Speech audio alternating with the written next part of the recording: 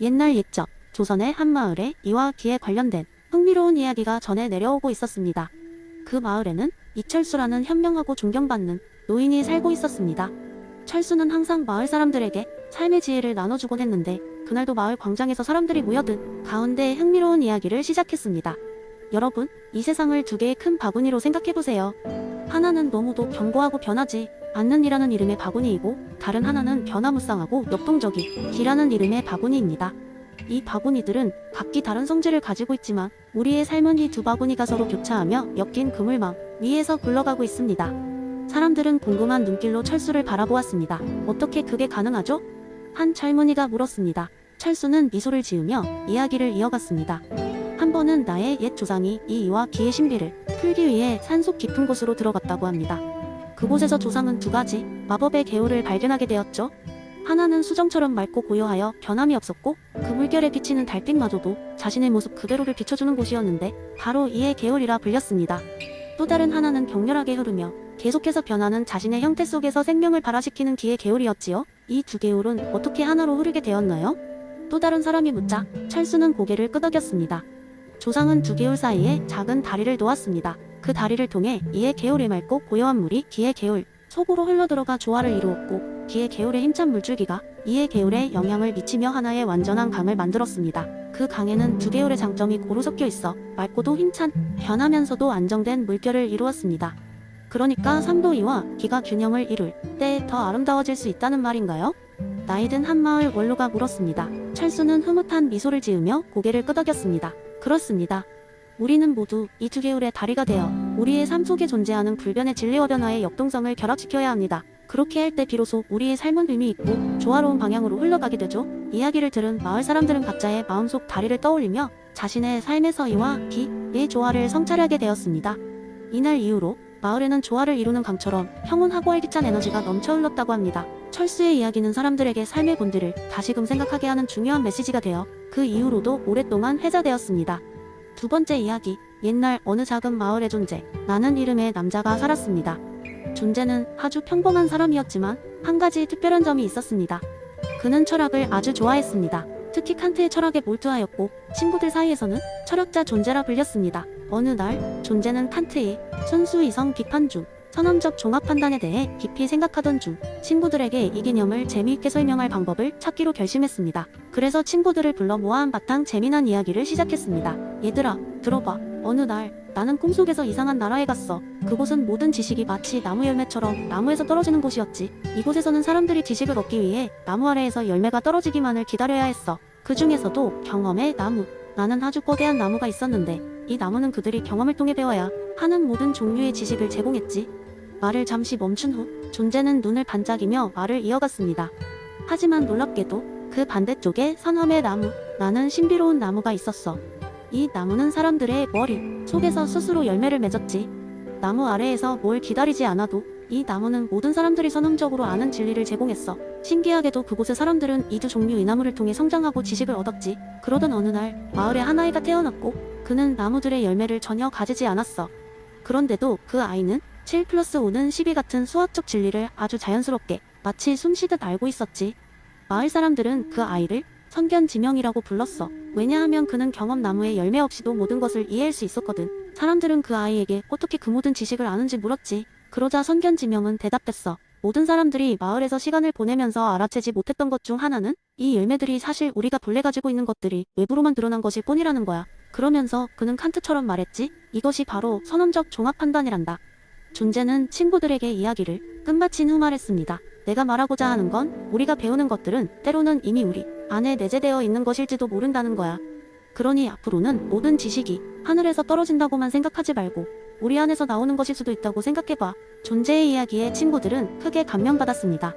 그렇게 그들은 칸트의 이론을 더욱 깊이 이해하게 되었고 존재는 자신의 목표를 달성했습니다. 그의 이야기는 그 마을에서 오랫동안 회자되며 철학을 사랑하는 존재의 이름을 기억하게 했습니다.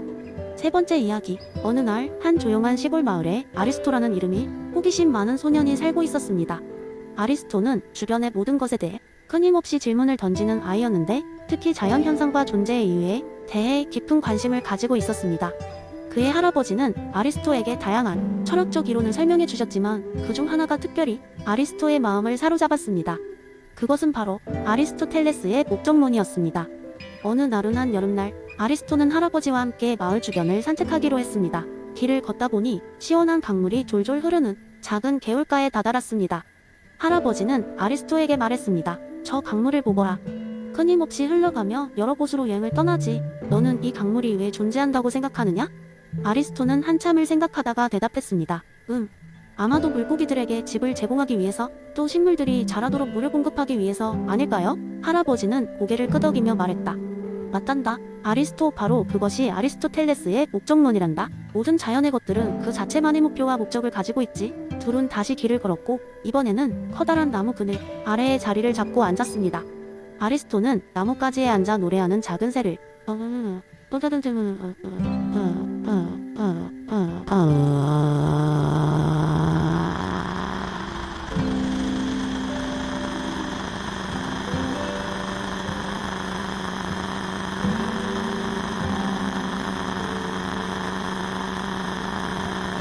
그럼 저 새의 목적은 무엇일까요? 할아버지는 미소 지으며 대답했습니다.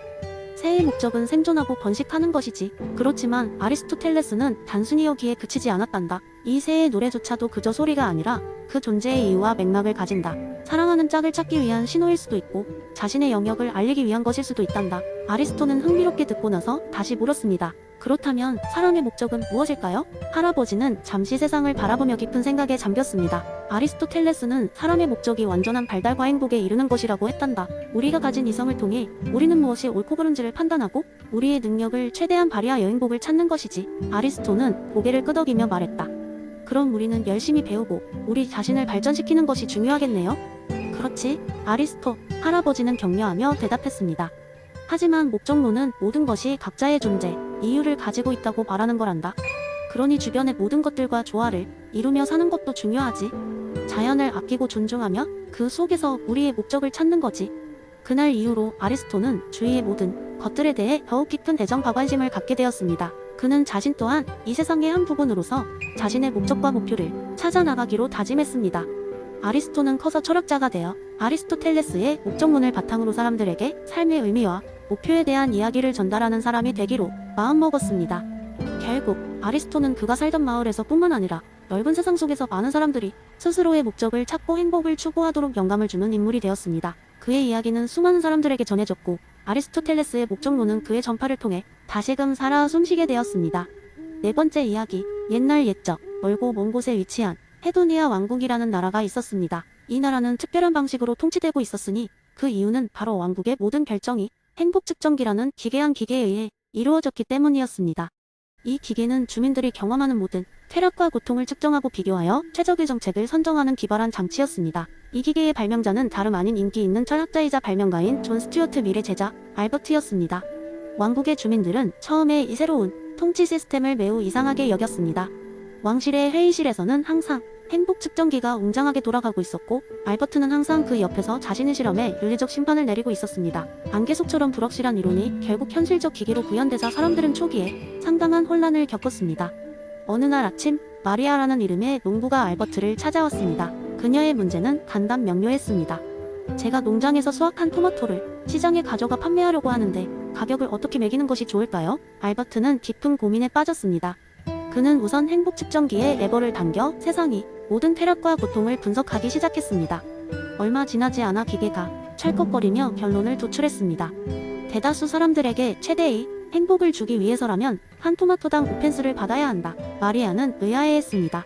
왜 5펜스인가요? 그녀가 물었을 때 알버트는 미소를 지으며 이렇게 대답했습니다. 미래 공리주의에 따르면 물질적 쾌락은 정신적 쾌락보다 덜 중요하죠. 이 5펜스는 토마토를 구매할 수 있는 사람의 수를 최대화하고 당신의 경제적 만족도 역시 보장할 수 있는 최적의 균형입니다. 일이라면 그렇게 주장할 거예요. 마리아는 고개를 끄덕였지만 왕국의 많은 주민은 여전히 이 시스템이 기묘할 뿐이라고 생각했습니다. 특히 프랭크라는 철학자는 이 윤리적 결정 장치에 반대하는 시위를 조직했습니다. 그의 주장은 간단했습니다. 행복은 객관적으로 측정될 수 없으며 주관적인 체험이지 기계 이수차에 불과하지 않다는 것이었습니다. 한편 나라의 지도자인 왕이 이 논쟁을 듣고는 왕국 차원의 민주적 투표를 결정했습니다. 행복 측정기를 계속 사용해야 하는가? 라는 질문에 대해 모든 주민이 투표에 참여했고 드디어 그 결과가 공개되었습니다. 놀랍게도 대다수의 주민들은 행복 측정기의 존재에 찬성표를 던졌습니다. 비록 많은 사람이 시스템에 의구심을 품었지만 적어도 측정기를 사용하는 동안 전체적인 범죄율이 줄어들고 불필요한 충돌이 감소하며 풍요로운 시장이 형성된 것을 경험했기 때문이었습니다. 그리고 알버트는 자신의 기계가 꼭 완벽한 해결책이 아닌 하나의 윤리적 실험일 뿐임을 인정했습니다. 그는 주민들에게 말했습니다. 미래 공리주의가 언제나 모두에게 이상적일 수는 없지만 우리는 최대 다수의 행복을 추구하는 과정에서 서로 존중하고 이해할 수 있는 기초가 될 수 있습니다. 결국 이 작은 왕국은 모두가 함께 협력하고 더 나은 삶을 향해 나아가는 법을 터득하면서 번영을 이루었습니다. 미래 이론이 모두의 삶을 조금 더 깊이 이해하고 서로의 쾌락과 고통을 고려할 수 있는 출발점이 되었던 것이었습니다. 이렇게 해서 에도니아 왕국은 공리주의와 함께 웃음과 행복이 넘치는 작은 세계로서의 입지를 굳건히 하게 되었습니다.